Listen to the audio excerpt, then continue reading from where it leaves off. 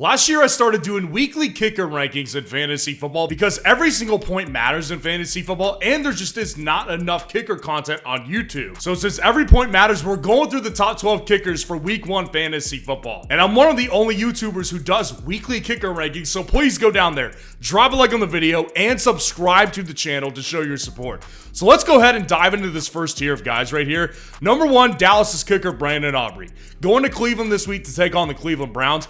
And with this situation with Dallas is something that I described just a couple weeks ago when I did my top 12 kicker rankings for the entirety of the 2024 season. When I was saying to you guys that in kickers, we want to get guys who are on good offenses, but just good enough to get them down into position. And the reason for that is because last year, there really wasn't that many kickers inside of the top 10 that were on top 10 offenses. So we don't want an offense like the Miami Dolphins that's super efficient, or the Detroit Lions that's super efficient in the red zone. We want an offense like Dallas, and this week against the Cleveland Browns, it's a good matchup here. This Cleveland Browns defense in Cleveland in week 1 is going to be a really tough matchup for Dallas's offense. And on top of the fact that the Cowboys lost a running back this year, Tony Pollard, that although is not like the best running back in the league, is better than what they have now. An aging Zeke and most likely Rico Dowdle to start the season. So they're in a situation where it's like, I think they're going to get down there plenty of times. And Brandon Aubrey, if in position, extremely accurate guy. You could see his numbers on a per game basis last year. He was an excellent kicker in fantasy, and I expect to see that pick right back up where it left off in this week against a good Cleveland Browns matchup. Now, number 2 is Ka'imi Fairbairn of the Houston Texans, going to Indianapolis this week to take on the Colts. Now, it's not that I don't think Houston's offense is good enough to get in the end zone every time they have the ball. I do think they're good enough. I think their passing game is great.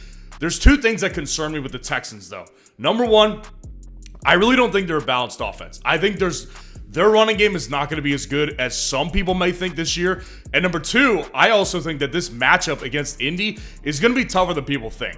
So one of the things that I always cover in fantasy football when I talk about kickers and defenses specifically is in divisional matchups. They're extremely difficult to predict because these teams face each other twice a year. So they know their tendencies. It takes time, and the reality is that these teams know each other really well, which is why I do think that the Texans will be in position. But I also do think that Ka'imi Fairbairn is going to be set up for good opportunities this week. Now, number 3 is Cairo Santos of the Chicago Bears, and he's taking on the Tennessee Titans at home in Chicago. So with Cairo Santos, last year, he became a really good kicker, especially towards the back half of the year. Now, the back half of the year is when they actually started to pick up offensively with Justin Fields, and they had minimal weapons, keep in mind, at the time. So obviously this year, a lot of everything is different. Caleb Williams is their quarterback now. Their wide receiver 1 is still DJ Moore, but their wide receiver 2 right now is Keenan Allen, and they obviously have Rome Odunze. So this offense should be a lot more potent, but it is still in the early stages of meshing together. So I don't think that they're going to come out right away and be super efficient against the defense that I believe is a true sleeper defense this year. I think they're totally not looked at, and everybody looks at them last year and associates that with how they actually are now. They made moves this offseason. They made some moves. So I do like the fact that they got L'Jarius Sneed. I like their front 7 in Tennessee. So I think they'll actually hold Chicago to minimal points on the relative scale of what people may expect, which is going to give Cairo Santos a lot of opportunities to kick field goals this week. And based on what he did last year, I like his chances of making every kick with all of his opportunities that he gets. Now, dropping out to our next tier right here, I've got Justin Tucker at number 4 and Harrison Butker at number 5. They're both going up, obviously, in the matchup tonight. I am so excited to do this matchup tonight. I cannot wait. And I think both these kickers are going to be really good this week. Now, the reason I think they're going to be really good this week is because I do think this will be a defensive struggle to a certain extent that people may not think.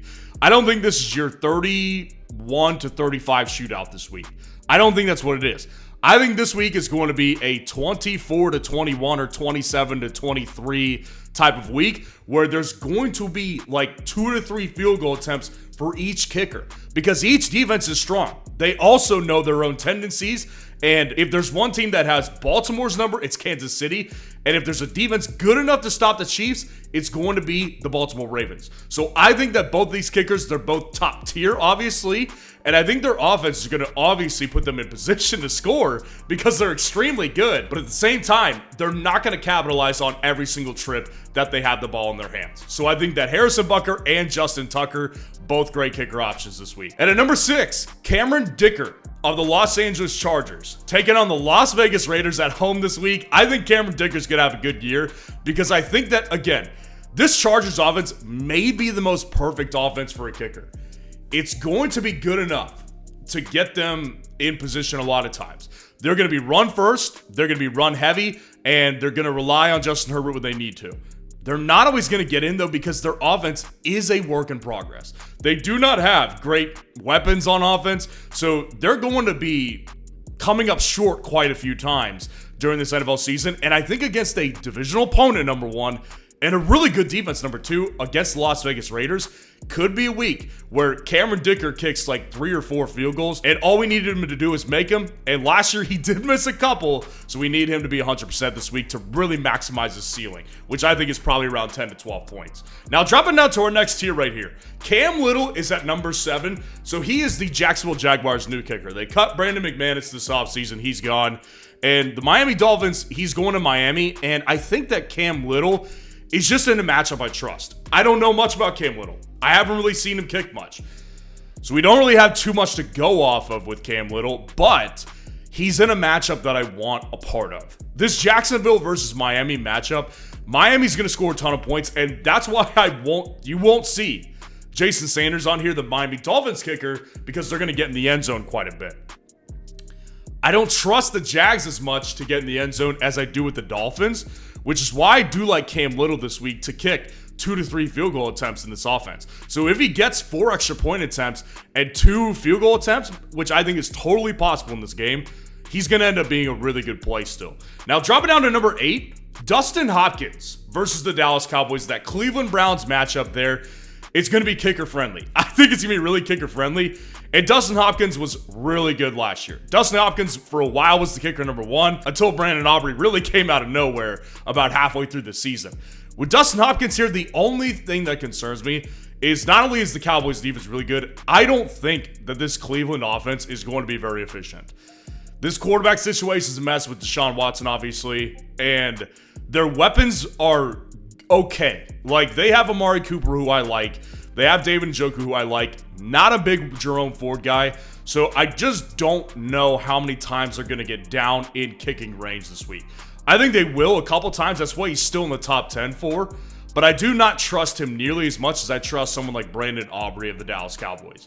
Now, number 9 is Jake Moody of the San Francisco 49ers, taking on the New York Jets this week in San Fran on Monday night. Jake Moody, I think this is a good matchup for him. Look, this Jets defense is going to pose a problem. They're a good defense, obviously. Now, with the New York Jets, they're going to be very physical with the San Francisco 49ers as well, so they're going to match their physicality on the defensive side of the ball, which San Francisco wins a lot of games by being really physical. So I think it's going to be one of those matchups that may not be as high scoring as some people think. I think this could easily become a 13-10 or 17-14-13 matchup. This is going to be an opportunity where kickers are going to be involved, and that's why I like Jake Moody this week. Jake Moody is a good kicker. He did well for the 49ers last year, and I do think that with this offense, I give the edge to him just because the 49ers have more weapons to give them more opportunities to get them down there in range. Which is why when I look at Brock Purdy's line on Underdog, him getting 234.5 passing yards this week, I'm actually going to take the lower on this one. So last year, he didn't do it in week 1, and the defenses that he didn't do it against were defenses like the Jets, defenses like the Pittsburgh Steelers, defenses like the Seattle Seahawks. So there was times where Brock Purdy obviously is just not going to get a bunch of passing yards because they're run first. So this week, I like the line, and if you feel confident in taking this one as well, join Underdog today by using the link in the comments below. And when you use code FFN to deposit at least $10, you'll get a 50% deposit match up to $1,000 of bonus cash. And you'll also be able to take advantage of this Travis Kelce free line right here of 0.5 total yards tonight. So that one is about about to expire, obviously. You need to get in on it today if you want in on it, so use code FFN to get in on both of those lines. Now, dropping down to our last tier right here. Number 10, I've got Jake Elliott of the Philadelphia Eagles taking on the Green Bay Packers in Brazil. So, obviously, I've went through this quite a bit this week. This Brazil matchup, I think, is a disaster. I think that both teams are going to look out of sorts to a certain extent. I just think of this one as Philadelphia's offense being too talented not to have Jake Elliott inside the top 10.